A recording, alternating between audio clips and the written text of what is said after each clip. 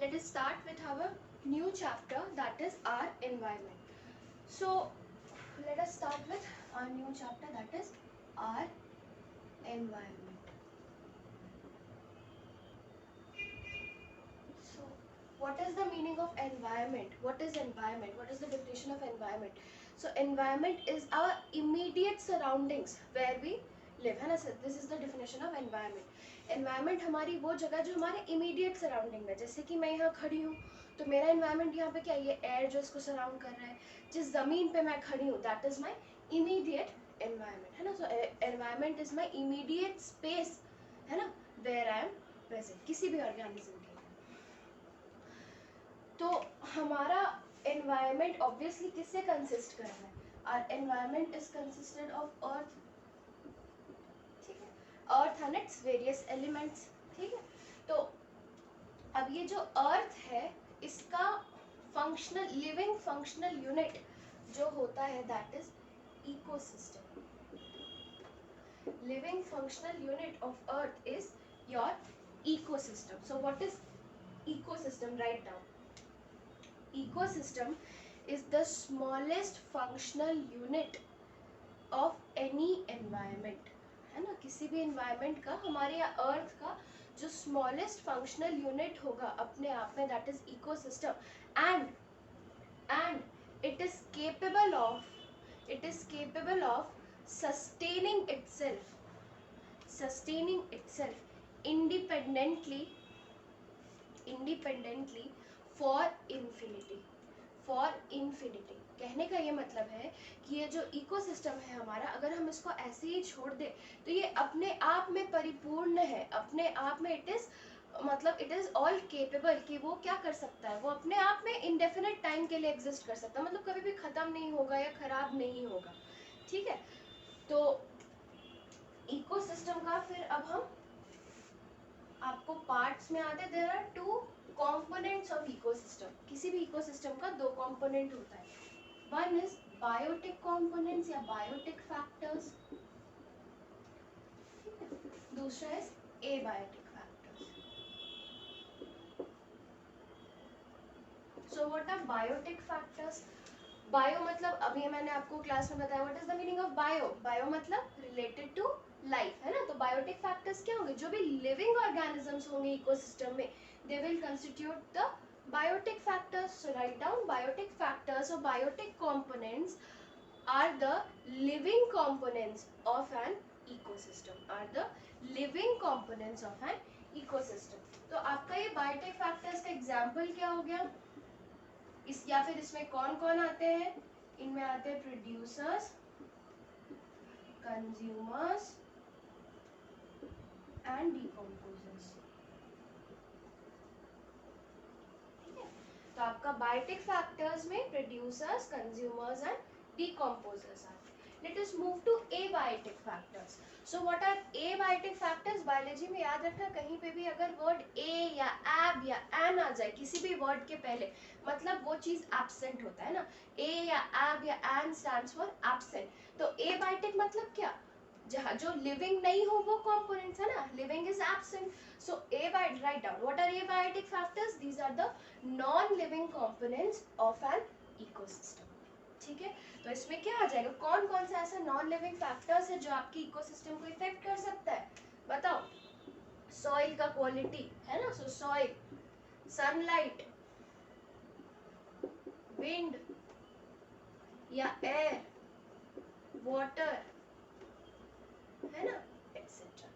ये सारे के सारे आपके एबायोटिक फैक्टर्स हो गए. इसके अलावा आपका एल्टीट्यूड भी आता है, किस हाइट पे है, लैटिट्यूड किस जगह पे है, ये सब आपका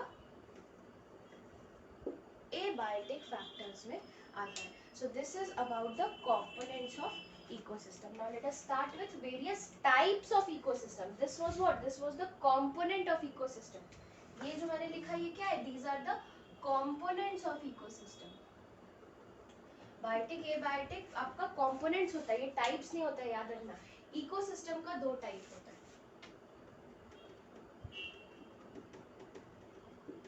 है ना? Ecosystems are of two types. ठीक है? one is natural, other is man-made.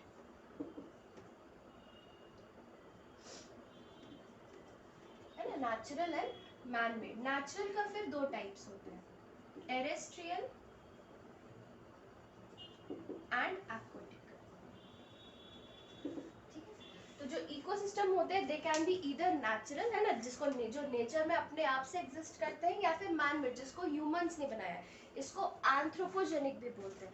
Anthropo मतलब रिलेटेड टू ह्यूमन. ठीक है, तो कोई भी चीज जो ह्यूमंस कॉज कराते हैं दैट इज एंथ्रोपोजेनिक, है ना. जेनिक मतलब राइज करना, जेनेसिस मतलब टू गिव राइज, है ना. जब मैं आपको रिप्रोडक्शन पढ़ाऊंगी तो उसमें बताऊंगी कि जेनेसिस मतलब होता है राइज देना. ठीक है, और इसके साथ ये भी आप जान लीजिए कि जेनेटिक मटेरियल मैंने बताया, तो genetic where does that word come from, that comes from the word genesis. Genesis मतलब कुछ भी बनाना. ठीक है, तो नेचुरल में टेरेस्ट्रियल का एग्जांपल क्या हो जाएगा, फॉरेस्ट, ग्रासलैंड्स, माउंटेन्स, ठीक है, एटसेट्रा. कोई भी जो ये सब एरियाज होते हैं they constitute your natural ecosystem. Next come on to aquatic. Aquatic का pond, lake, oceans, seas, etcetera. ठीक है, ये सारे आपके नेचुरल हो गए. इसमें मैन का बनाने का कोई भी हाथ नहीं है, सबका सब नेचर ने खुद बनाया है. मैन मेड का एग्जांपल बताओ. मैन मेड कोई भी चीज जो मैन मेड हो. क्रॉप फील्ड, है ना. क्रॉप फील्ड मतलब क्या, खेत. खेत में प्लांट्स कौन लगाता है, एनिमल्स लगाते हैं ना. एक्वेरियम, एक्वेरियम क्या अपने आप से बनाता है नेचर, नहीं. कौन बनाता है, ह्यूमंस बनाते हैं. ठीक है, मैन मेड को हम एंथ्रोपोजेनिक भी कहते हैं. Right it down, anthropogenic. ठीक है, क्रॉप फील्ड हो गए, एक्वेरियम हो गए, आपके गार्डन्स हो गए,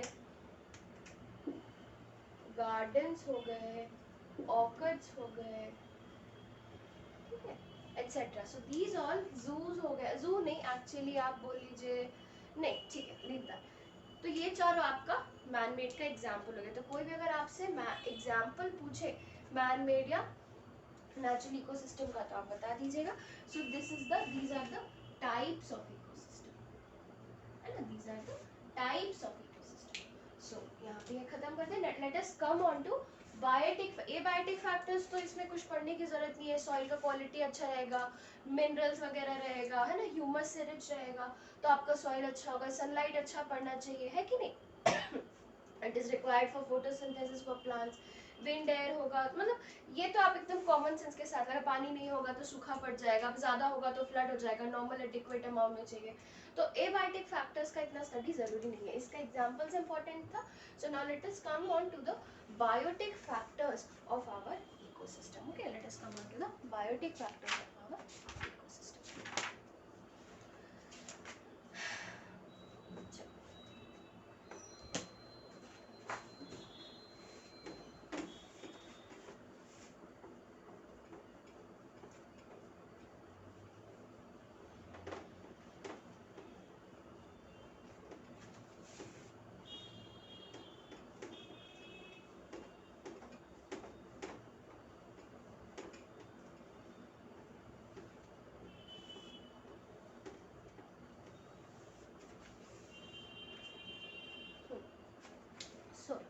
तो बायोटिक फैक्टर्स सबसे पहले जो थे दे वर प्रोड्यूसर्स.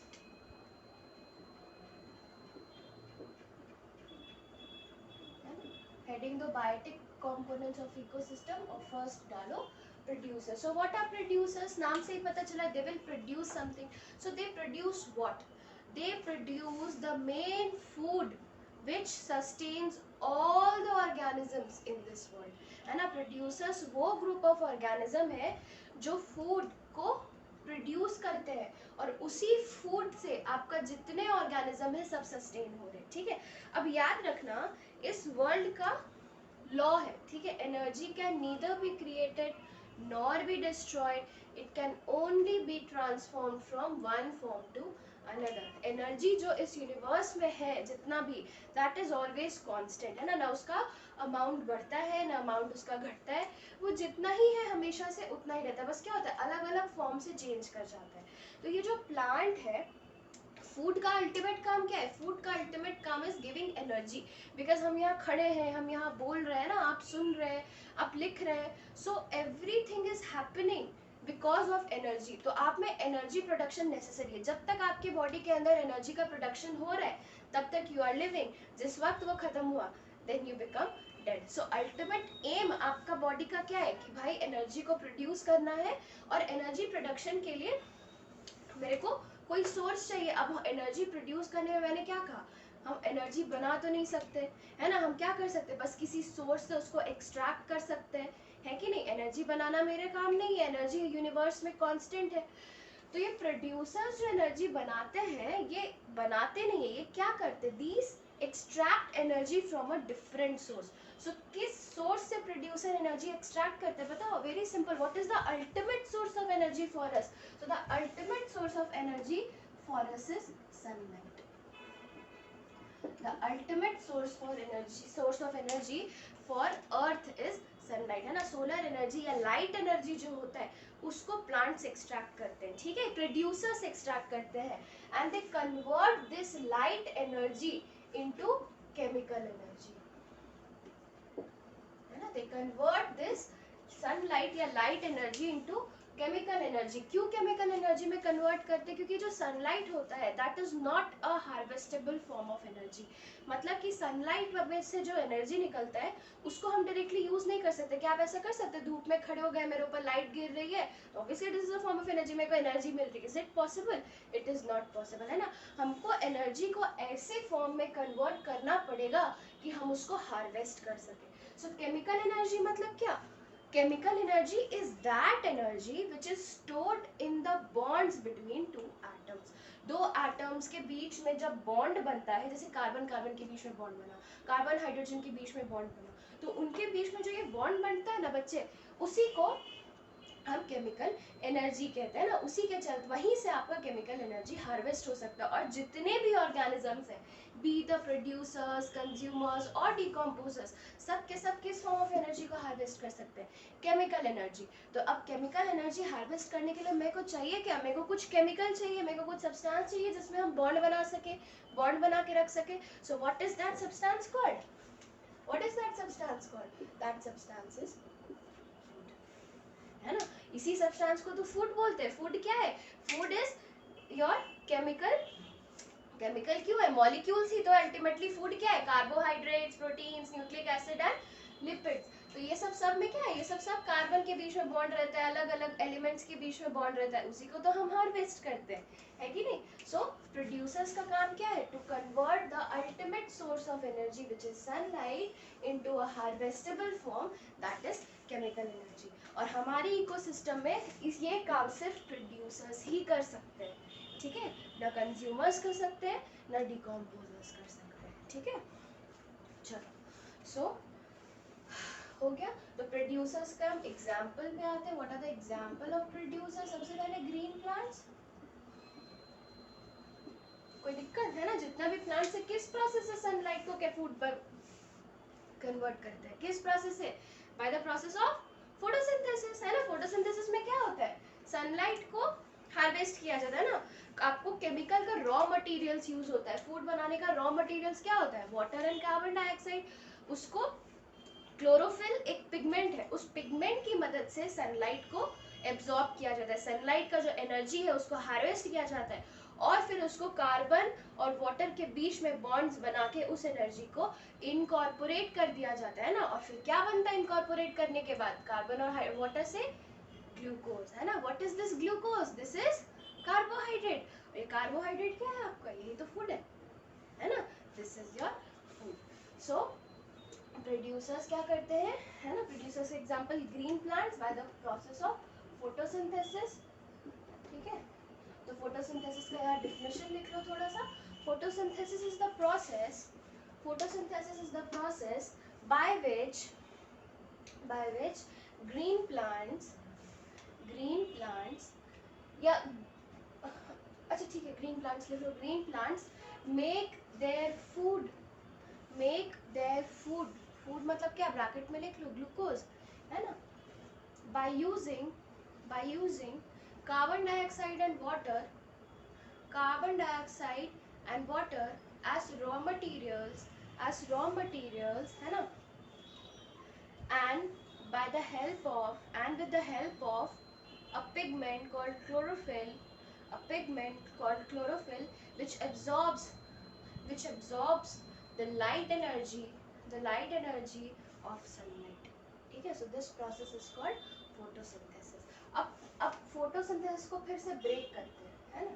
फोटो मतलब, photo comes from the word light, है ना, और सिंथेसिस मतलब बनाना. तो लाइट की मदद से जब आपका फूड बने तो दैट इज फोटोसिंथेसिस. इसी तरह से कुछ बैक्टीरिया भी आपका फोटोसिंथेसिस करते हैं, है ना. Some bacteria also perform photosynthesis. Example cyanobacteria. ठीक है, cyanobacteria are a group of bacteria which perform photosynthesis. They also have pigment chlorophyll. ठीक है, इसके अलावा कुछ कीमोसिंथेटिक बैक्टीरिया भी होते हैं.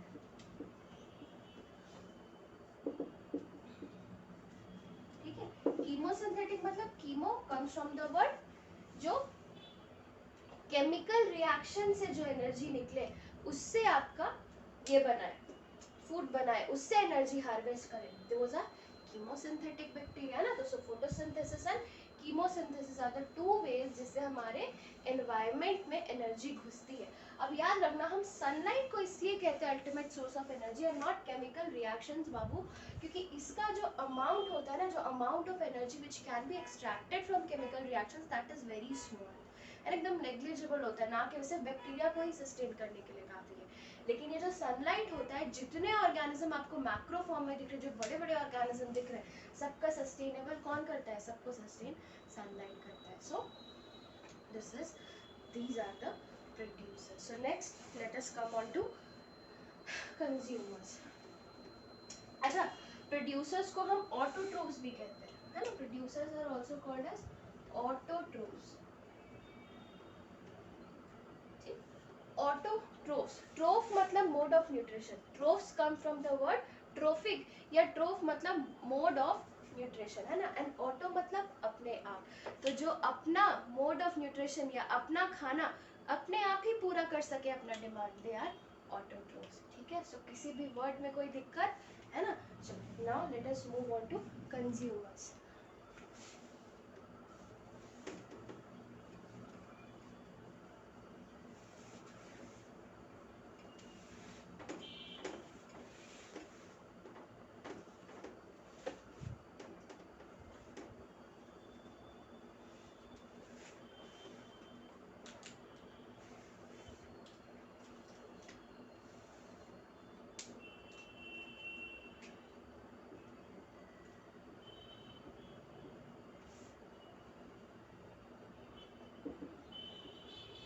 Consumers.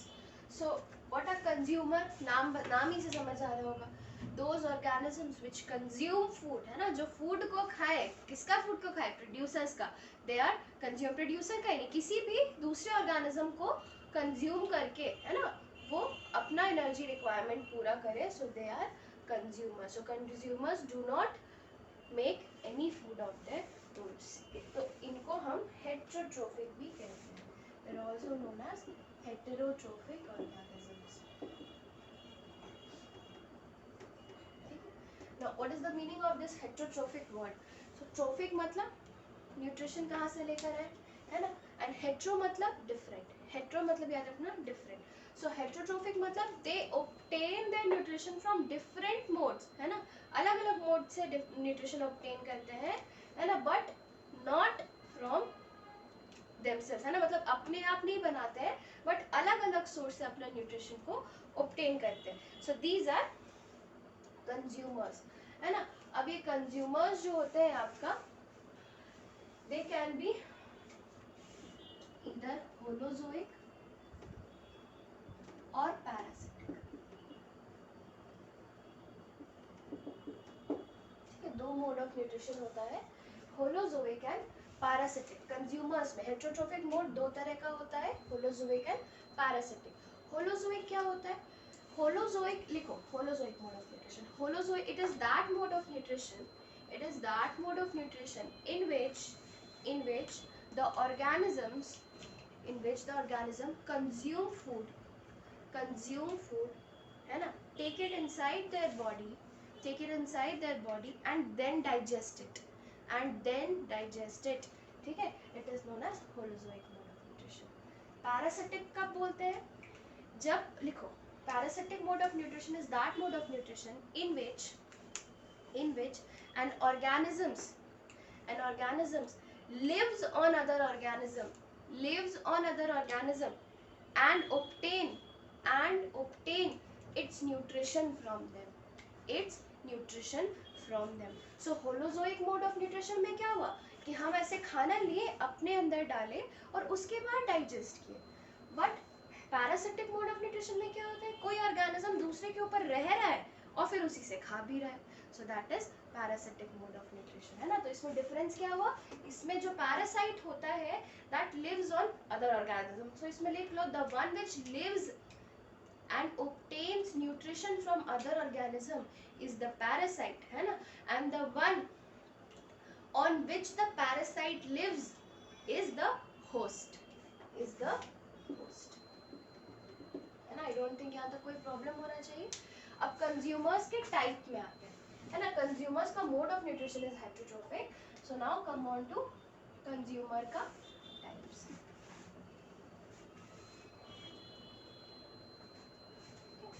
So primary consumers, secondary consumers, tertiary consumers and quaternary consumers,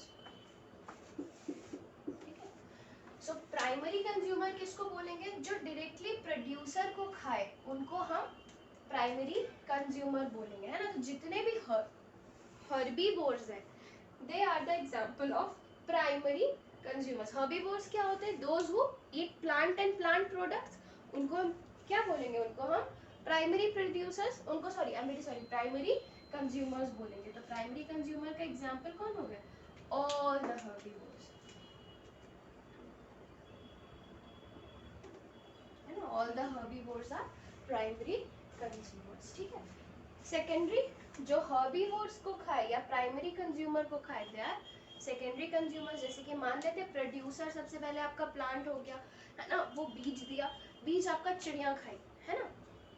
चिड़िया नहीं लेते हैं, मान लेते एक वेजिटेरियन चिड़िया खाई, ठीक है, तो दैट इज द चिड़िया बिकम्स अ हर्बीवोर। उस चिड़िया को, है ना, हम खा लिए, ठीक है, या उस चिड़िया को चलो स्नेक खा गया, तो स्नेक इज सेकेंडरी कंज्यूमर, ठीक।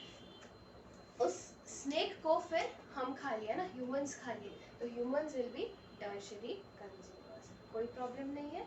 सो ऐसे करके 4 डिग्री तक, क्वाटरनरी कंज्यूमर तक आपका कंज्यूमर्स जा सकते हैं। तो ऑब्वियसली 2 डिग्री और 3 डिग्री में कौन आएंगे, दे विल बी कार्निवोर्स या फिर ओमनिवोर्स, है ना। कार्निवोर्स क्या है, जो प्योरली एनिमल या एनिमल प्रोडक्ट खाए उनको हम कार्निवोर्स कहते हैं, और ओमनिवोर्स जो हर्बीवोर भी होते हैं और कार्निवोर भी होते हैं, दोनों मोड ऑफ न्यूट्रिशन उनमें प्रेजेंट होता है, उनको हम ओमनिवोर्स कहते हैं, ठीक है। So there is a question for you कि मान लेते हैं मैं दूध पी रही हूँ, ठीक है, I am consuming milk, so at what type of consumer am I, मैं किस टाइप की कंज्यूमर हूँ। अगर मैं दूध पी रही हूँ तो प्राइमरी कंज्यूमर हूँ, सेकेंडरी कंज्यूमर हूँ, टर्शियरी कंज्यूमर हूँ या क्वाटरनरी कंज्यूमर हूँ, है ना। नेक्स्ट क्लास जो भी होगा हमारा I will ask you this, चलिए ठीक है। तो ये हो गया, यहाँ पे ख़त्म करते हैं इसको। नेक्स्ट वीडियो में मैं आपको अबाउट फूड चेन बताऊंगी, फूड वेब बताऊंगी, and will discuss about decomposers.